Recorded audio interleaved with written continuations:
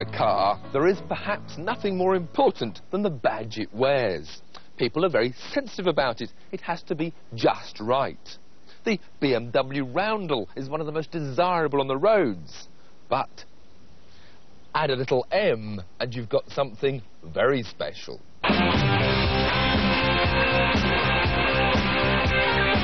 The M stands for motorsport, and a department that was set up in 1972 to bring racing development in-house.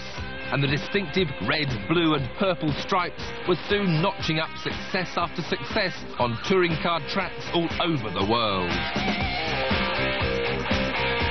But it wasn't just saloon cars that the motorsport department took care of, as their engines became a major force on the Formula 2 front throughout the 70s and powered Nelson Piquet to his 1983 World Formula 1 crown with their four-cylinder turbocharged 1.5 litre that could produce an awesome 1,200 horsepower.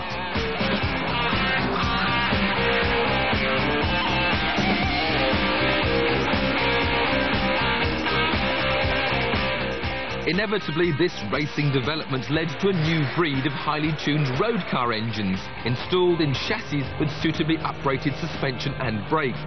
The M Cars were on their way to satisfy BMW's growing band of customers who demanded a little bit more from their road cars.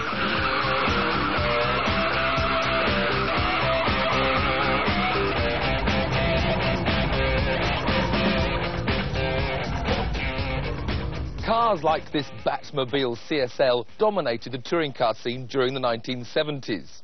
But BMW wanted to take on Porsche head-to-head in the World GT arena. So they created their first motorsport road car, the M1.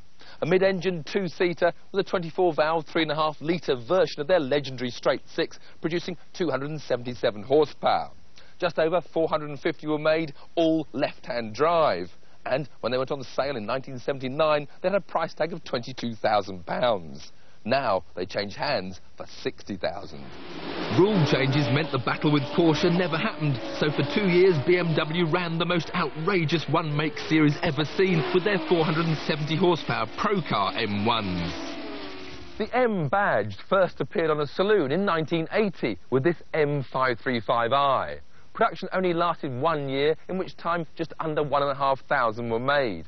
It was followed 4 years later by the M635 CSI Coupe and what to most people is the first real M saloon, the M5.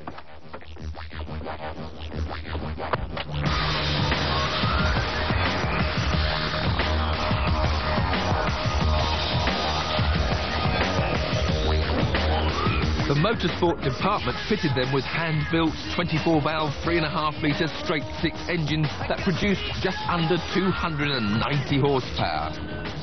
And it really is that engine that's the heart of this M5.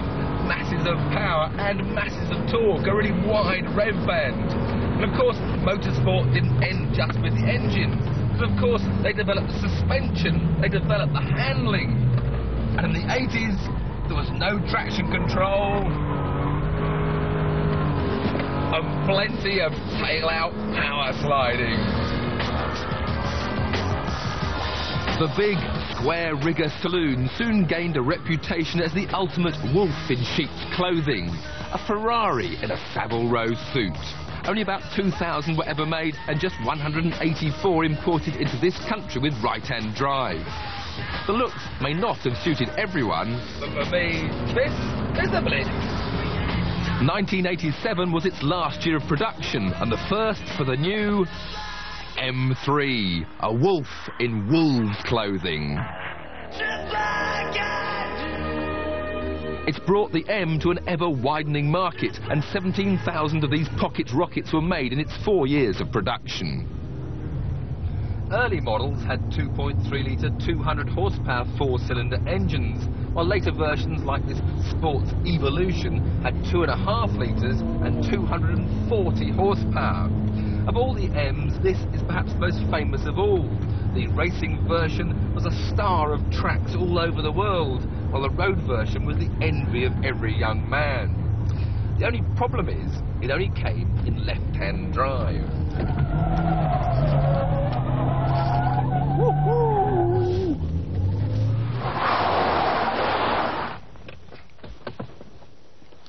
That problem was solved when the M3 returned in 1993. Right-hand drive, a new shape, and now with a 3-litre, 300 horsepower straight 6 under the bonnet. By then, the new M5 had already been with us for a couple of years. This is a car where everything seems to have been done to keep the enthusiast happy. It's got just the right seats, it's got the right dials, and it's got the right adjustments to give you that perfect driving position. And it's got 340 horsepower under the bonnet. I don't even have to drive it to know that I would love it. At the moment, the only M on sale in Britain is the M3 Evo, with a price tag of £38,000, £44,000 for the convertible. With power up to 320 bhp and a 6-speed gearbox, the Evo will launch from 0 to 60 in 5.4 seconds and nudge 160 on the German autobahns. With superb ABS brakes and really well-suited handling, the M3 has more than enough grip for normal road driving. Indeed, it's so good that they don't even put traction control on it. Mind you, they know that the first thing the enthusiastic driver does is switch it off, especially when you've got an airfield to play on. And that, dear viewers, is the M story so far. Due in Britain next year is the Z3M Roadster. But the M I really can't wait for is the next M5. Due in 1999, it promises a V8 producing over 400 horsepower. And that should be enough to sort out Jeremy and his Jaguar. Hey, Jeremy.